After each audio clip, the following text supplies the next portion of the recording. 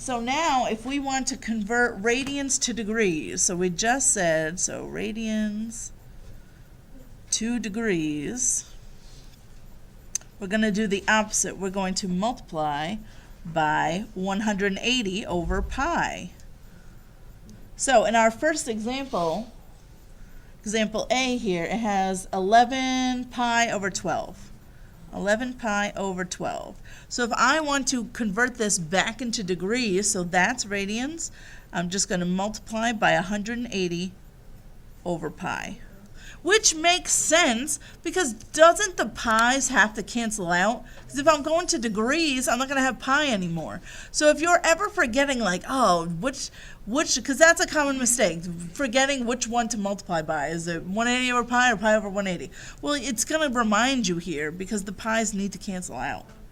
Okay, so pi's cancel out right away, and now it's just a matter of reducing your fractions, right? I can, 12 and 180, both divisible by 12, right? You can't, yeah.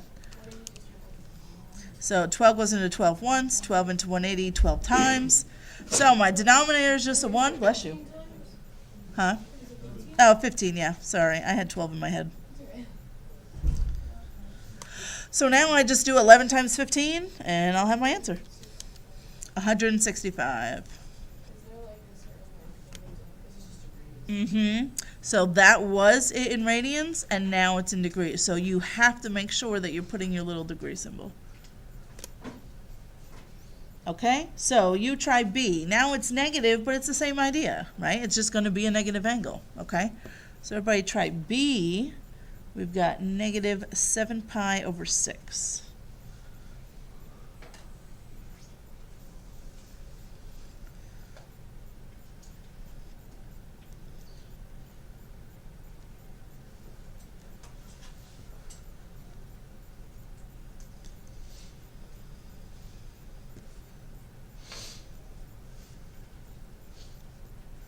When you're finished, check and see if you and I got the same thing.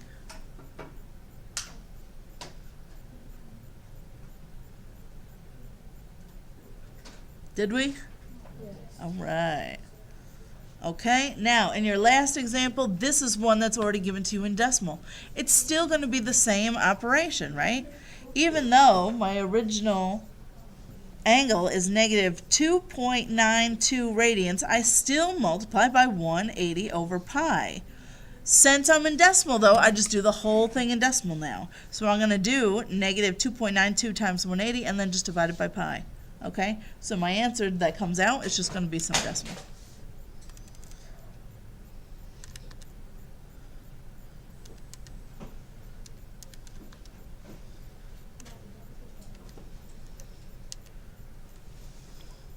And when you're done, check and see if you and I got the same thing.